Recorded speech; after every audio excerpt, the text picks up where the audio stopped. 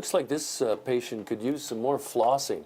Listen, I'm not a dentist, but I play one on TV. I didn't go to dental school, but I know a guy who did.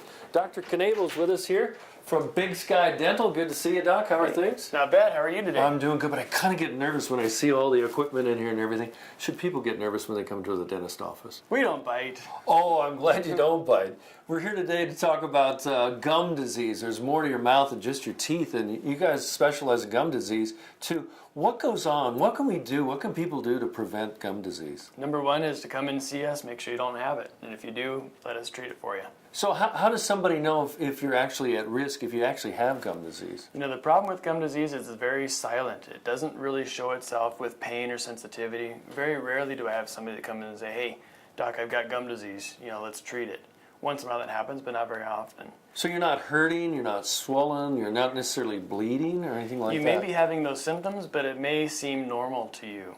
You know, normal really isn't bleeding when you brush, bleeding when you floss, but I know a lot of people tell me, yeah, doc, I bleed when I floss, so I just don't floss very much.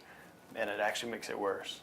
So what goes in the procedure when you find out somebody actually has gum disease? What do you guys do? We have to take a little extra time with our initial cleanings. So they're a little bit deeper cleanings. They take a little bit more time, making sure that we get down in those into those deeper pockets and get them cleaned out effectively.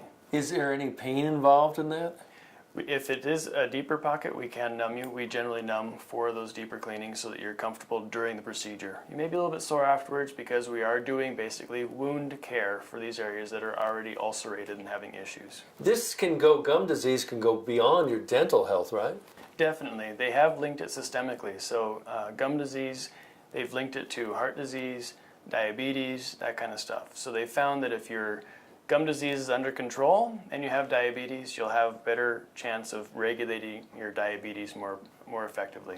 And vice versa. If your diabetes is way out of control, you'll have more trouble regulating your gum disease. So it is hand in hand. Well, how much of the population is at risk for this, and what do you see in your office? About 80% of the population have some form of gum disease.